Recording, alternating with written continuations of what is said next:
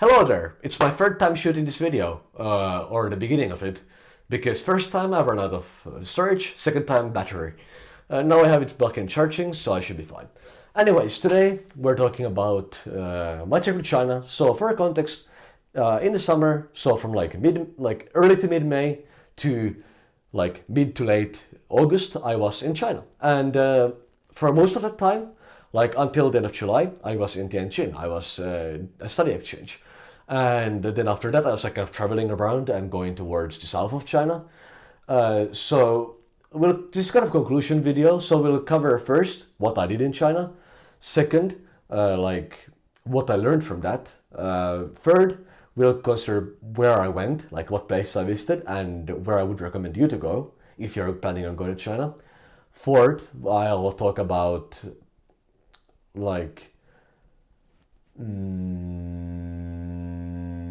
I'm blanking out. Fuck. Fourth, I'm going to talk about some of the things I know. Okay, here we go. So fourth, we'll talk about any tips I have for you as a potential China traveler. So we'll talk about what I would recommend you to know and do if you're planning on traveling in China, and how my experience regarding the not necessarily academic or travel things are, but how the actual logistics are and any preparations I recommend to you and so on.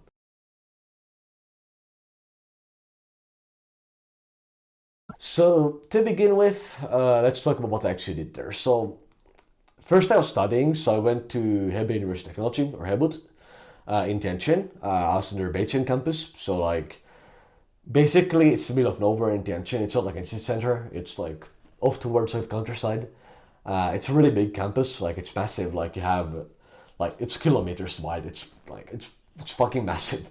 Anyway, I went there, and I studied a few subjects there, so I had a course about Tai Chi, Church of Chinese culture, overview of China, so a big data course, Chinese food culture, stuff like this.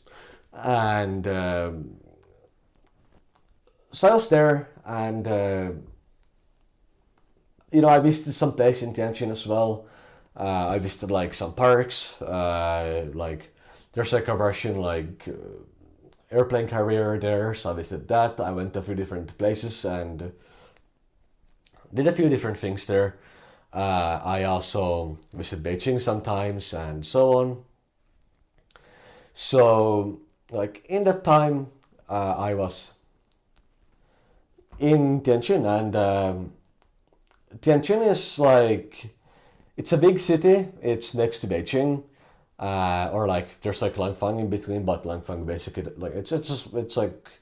it's basically Langfang is where Beijing puts its crap. Tianjin also, but Tianjin actually serves a purpose. It's a lot bigger than that. So I was in Tianjin and went to university and so on. So some of the places I visited in Tianjin are the local parks. So there's one near the other campus of the university I went to. It's small ones and so on. They had there were some water parks as well. There were anyway, not that important to cover details of that. You can watch more content for understanding more about the details of those.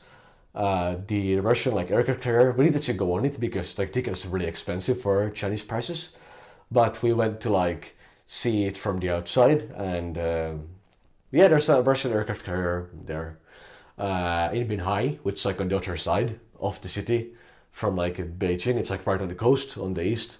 So I actually been to Binhai a few times. I also went to a beach there. By the way, we were not allowed to swim on the beach, so that's interesting. But the water is very polluted. The city center is pretty cool, one city center and so things there, and so on. And then a few other things, a bunch of other stuff. Visited all kinds of things, some traditional Chinese stuff, so on. And that's so cool and it's all nice. Also visited like Beijing and other places like in some cultural tours. So I have been to like Summer Palace, I have been to Great Wall, I have been to the Forbidden City, which is like the old Imperial Palace, and like some of these kinds of places. I have content like on some of these otherwise, so I would recommend looking back at that for like reference. But basically, I would out of like the Beijing locations, I think the Summer Palace was the best. I really enjoyed that. It's I love parks, you know, it's my thing. But the Great Wall was also really nice. The Forbidden City was kind of meh. So like I would recommend like a Great Wall or the Summer Palace above that. But yeah.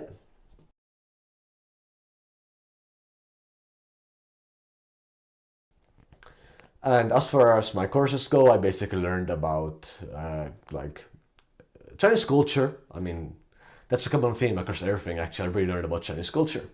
But in my course, I had like the other courses were mostly useless. Like the course where I really learned was about the food culture. It was traditional Chinese culture, the overview of China. So I learned about like the different aspects of like Chinese culture, state of China, things about China. And I got to like just like learn about like with practical experiences like Chinese painting, calligraphy, so on. And I think the most valuable knowledge I gained in all of that was the like Chinese like philosophies. So like I have all like the way you just people act, like the fact they're like so like caring for like their older elder like family members, the fact like children take care of their parents, the fact that like parents like send their kids to other countries to university with no choice from the child, and stuff like this. Like it's always very like questionable to me, like as a Western guy, but it's actually all really based on like the Chinese philosophies like Confucianism and Taoism and so on. Like it all like goes to that, and that was really really valuable. And of course, I learned about Tai Chi and Chinese medicine. So you know, of course, Qi flow in the body and all this stuff that's totally scientific accurate. Like actually not scientific accurate, but I learned about that, if you could call it actually learning. But I understand the concepts that they use to like explain that better now. But yeah, I learned about like mostly my learning was about Chinese culture and the philosophy bit that explains like Chinese behaviors and so on. Really useful knowledge actually. Really helps me understand like where the like behavior comes from and why their culture is what it is. Also, I learned about the actual like practical things which are because living there, like the state of like technology, the whole mechanism of like paying for everything with your phone and so on, having everything in like WeChat, like you know how they have everything blocked.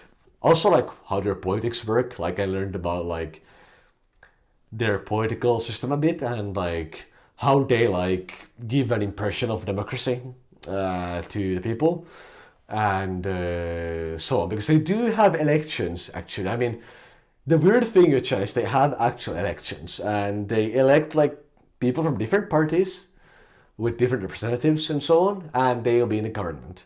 But all the parties are communist, of course, and like the CCP is always like above them. So like the president is always CCP, and then but then like vice president and like everything below that can be other parties. So you know, at the end of the day, CCP is in control, but you actually have like some sort of semi-democratic system under it.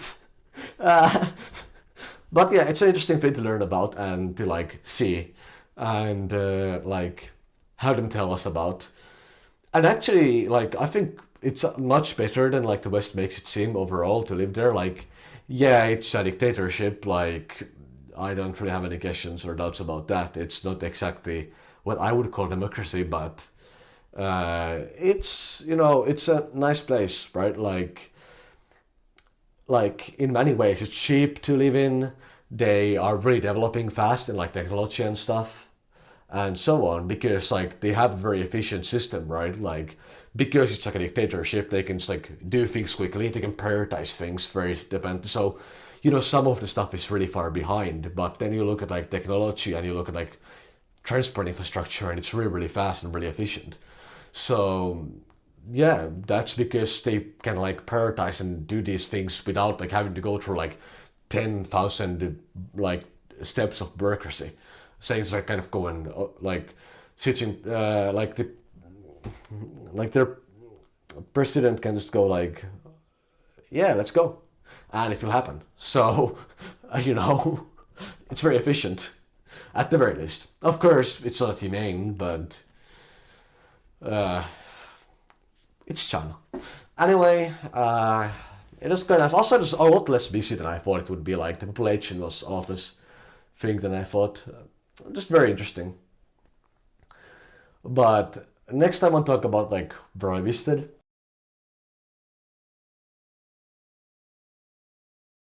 So besides Tianjin and like Beijing and all this area and like Langfang, I got to at the end like for the last like after like July, I got like travel down south of China, and or like I got travel free around China as I wanted to, and I went towards south. So I basically went from Tianjin to Xi'an, from Xi'an to Chongqing, from Chongqing to Kunming, from Kunming to Guilin, and from Guilin to Shenzhen, and then I left Hong Kong. So I'm going to talk about like until I left mainland China, so up on Shenzhen, and basically you have different places, and I'm not going to go in detail about these things. I have videos regarding this as well. Just watch that if you want to know every detail. But I can tell you this much: Xi'an, it's Xi'an. You have the Terracotta Warriors and so on. You have the ancient city wall. It's a nice city. Chongqing is like one of the most interesting cities. Like it's like really mountainy, so it has some really like cool views in the city. It has some cool architectural stuff that's quite very unique.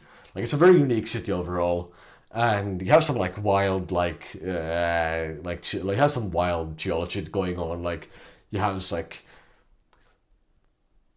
just like really wild terrain stuff. Like that's very interesting. Like it's a nice place. Kunming, it's more south. You have more like southern like kinds of vegetation and like you start seeing like that kind of curse and like these kinds of vibes. But I didn't do too much there. It wasn't that interesting to me. Guilin, which I went after that, was just amazing. Like the city itself is quite boring, but they have so many cool nature things, and so on.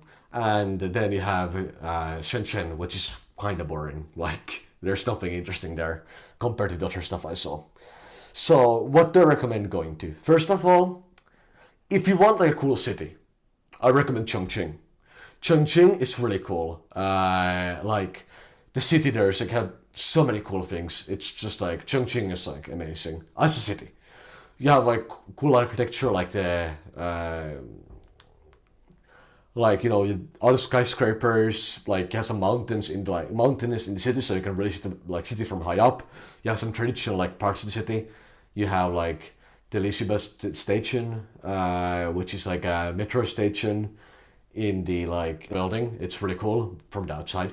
It's like a metro station though, but anyway, really cool stuff. But if you want like nature, and if you want like my best place, like what is my favorite, it's Guilin. Specifically, in Guilin, it's the Longqi rice terraces.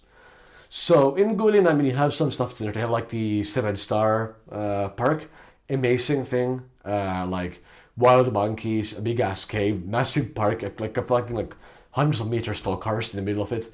It's cool shit, but really the start show isn't that. Like that's cool. You have the Trident City, but like the Longqi rice terraces, which are like away from the city, those things are like amazing. Like you go up in the mountains and you have these like green rice terraces. You go in this like village. It's amazing. The all like it's really beautiful. The only problem with it is it's really hard to get to, but it's like like if you want one place to go to in China, Longqi rice terraces are the best thing ever. Like I so like strongly recommend those. They're amazing. Like the most beautiful place I've ever been in my life. That's my recommendation there. And besides that, I have been to some other cool place, but like Chongqing for city, Guilin, and especially Longqi rice terraces for nature. Really beautiful.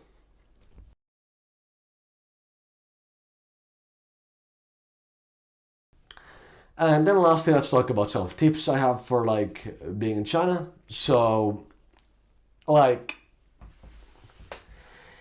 if you go to China, like I had help, but if you're just like traveling there, it's going to be quite tough at the beginning, especially if you don't like speak Chinese, because one, nobody speaks English. So I would recommend that you prepare some kind of translator that works. For me, I used Yandex Translator, I used Microsoft Translator, and I used DeepL Translator, and they worked not consistently, like they would sometimes not work, but generally they worked without a VPN. So that's a good recommendation.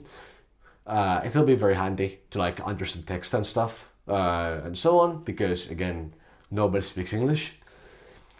Second, I would recommend having a VPN. I would absolutely recommend having a VPN, like, because translator apps don't always work without one, and generally you like Western stuff isn't going to work without a VPN, and it could be a problem for like figuring out like your flights back and stuff if you don't have one.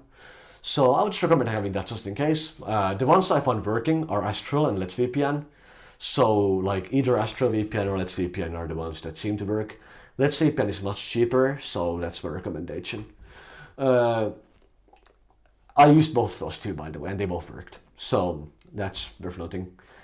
Third, I recommend figuring out like Alipay or WeChat before you go to China, because or like Alipay or WeChat Pay, because like they don't accept card anywhere. Like no place accepts credit cards or debit cards, except for like one or two places in existence. Like I strongly recommend having these apps before you go, because they are confusing and annoying to set up. They are not entirely translated well, and it's gonna suck. So I recommend setting this stuff up before you go there.